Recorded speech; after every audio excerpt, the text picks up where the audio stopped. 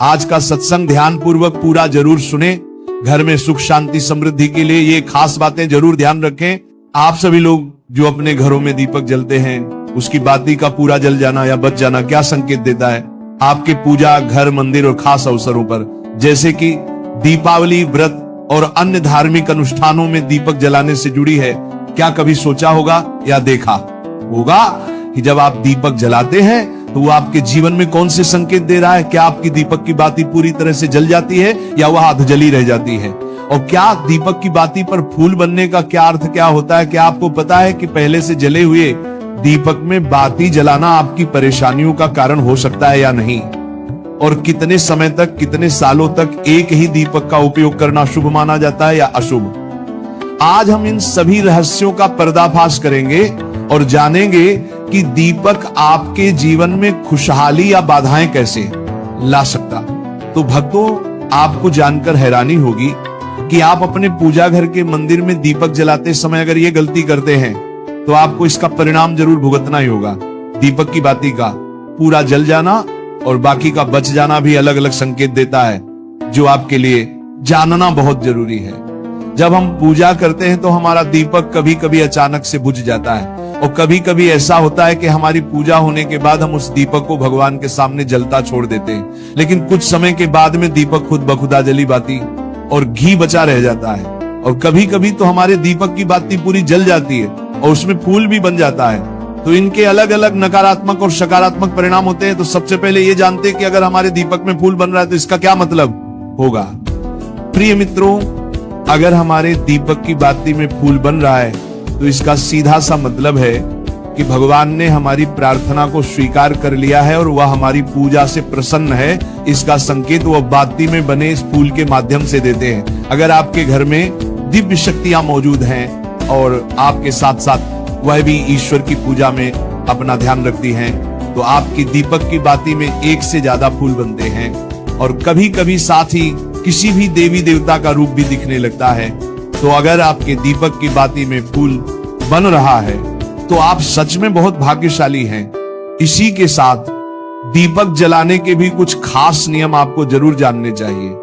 भक्तों, अगर आप पहले से जले हुए दीपक में अपनी बाती रखकर जलाते हैं तो ऐसा करने से दुर्भाग्य आपका पीछा कभी नहीं छोड़ता है। अगर दीपक में पहले से जली हुई बाती की राख या फिर रुई और कालिक है और आपने अपनी बाती इसमें रखकर जला दी तो ऐसा करने से भगवान आपसे प्रसन्न होने की बजाय नाराज हो जाते हैं और आपको इसके बहुत ही भयानक परिणाम देखने को मिलते हैं। आपके बनते हुए काम बिगड़ने लगते हैं, आपकी तिजोरी का धन खर्च होने लगता है और आपके धन आने के सारे रास्ते भी बंद हो जाते हैं। तो हमेशा ये ध्यान रखें कि जब भी आप दीपक जलाएं, आप हमेशा साफ सुथरे दीपक का ही इस्तेमाल करें।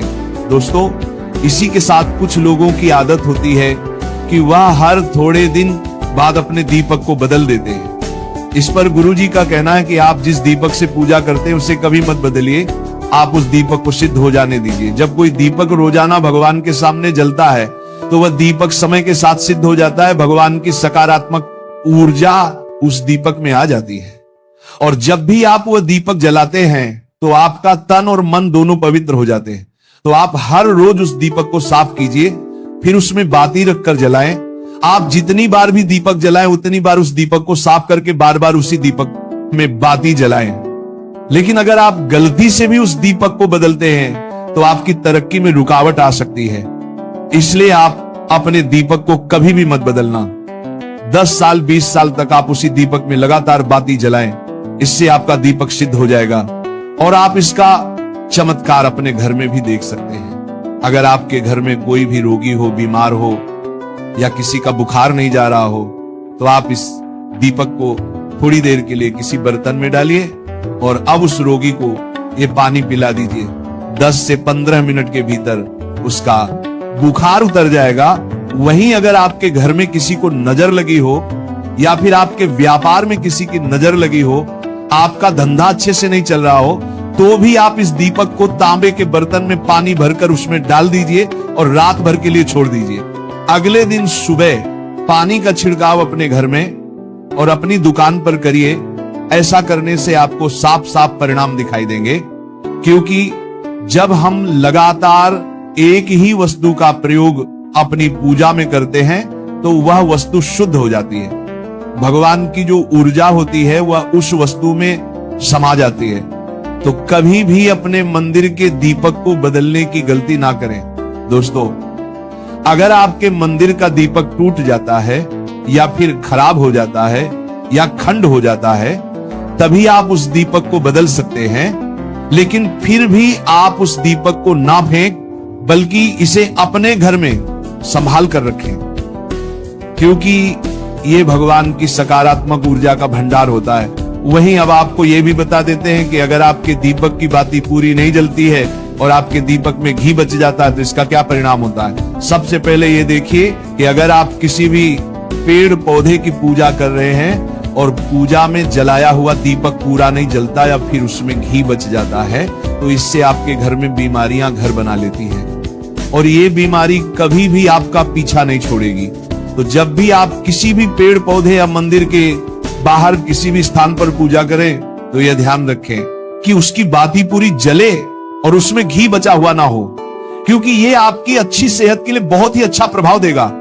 वहीं अगर आपके घर के मंदिर में दीपक की बाती पूरी नहीं जलती और पूजा करते समय दीपक बार बार बुझ जाता है तो जरूर आपके घर में नकारात्मक ऊर्जा का वास है और ये आपकी पूजा में विघ्न डालने का काम करती है।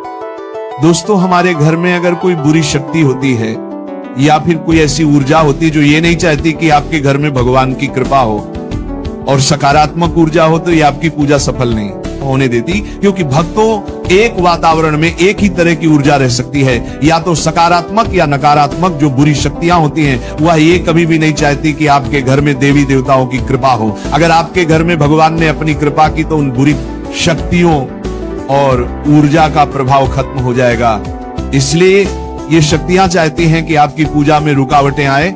इन्हीं के प्रभाव से हमारा दीपक बार बार बुझ जाता है या फिर दीपक की बातें पूरी नहीं जलती। इस सब से बचने के लिए आपको सच्चे मन से भगवान का स्मरण करना चाहिए। जब भी आप दीपक जलाएं, भगवान से प्रार्थना करें कि आपके आसपास जितनी भी नकारात्मक ऊर्जा हो वो आपसे दूर रहे और भगवान की कृपा आप पर बनी रहे। ऐसी शक्तियों से बचने के लिए जब भी आप दीपक जलाएं, गंगा जल से एक गोल घेरा बना लें और उस घेरे में दीपक को रखें, क्योंकि दोस्तों गंगा जल को बहुत ही पवित्र माना गया है और महादेव का वरदान भी गंगा जल को प्राप्त है। गंगा जल में सबसे पहले तो कोई भी बुरी शक्ति प्रवेश नहीं कर सकती, इसलिए गंगा जल कभी खराब नहीं होता और हर तरह की ऊर्जा को सकारात्मक ऊर्जा में बदल देता है। अगर आप गंगा जल से बने गोल घेरे में दीपक को रखेंगे तो ये आपकी पूजा में किसी भी शक्ति को बाधा नहीं बनने देगा और कोई भी नकारात्मक शक्ति आपके दीपक को बुझा नहीं पाएगी। आप निर्विघ्न अपनी पूजा संपन्न कर पाएंगे और देवी शक्तियां भी आपके जीवन में अपनी कृपा और आशीर्वाद बनाए रखेंगी। ये जो हमें दुख मिलते हैं ना, ये पाप के कारण मिलते हैं। लोग मारे घूम रहे हैं, दुख मिटाने के लिए सोचते हैं कोई जादू कर दे, कोई टोना कर दे, कोई जंतु बांध दे, कोई आशीर्वाद दे दे। अरे काहे को पागल हो?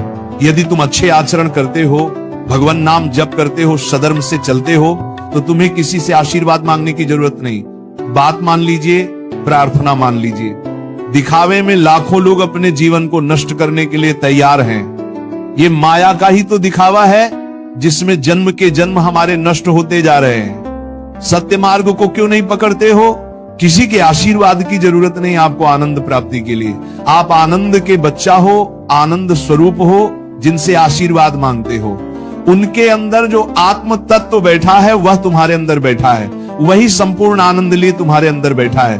तुम्हें किसी से गिज्ञाने की जरूरत नहीं। बस तुम अपने स्वरूप को नहीं पहचान पा रहे हो, अपनी शक्ति को जागृत नहीं कर पा रहे हो, इसलिए तुम दौड़े घूम रहे हो। भागने की जरूरत नहीं है। सत्संग सुनो, उसे अपने आचरण में उतारो। ये बात आप कागज में लिख लो, चाहे दिमाग में लिख लो। जब तक आपके आचरण शुद्ध नहीं होंगे, जब तक आप भजन नहीं करोगे, जब तक आप दूसरों को सुख नहीं दोगे, मन वचन कर्म से किसी को भी दुख नहीं पहुंचाना, तब तक आप भाग्य से लेकर ब्रह्मलोक तक अगर आपको सुख मिल जाए तो बता देना आप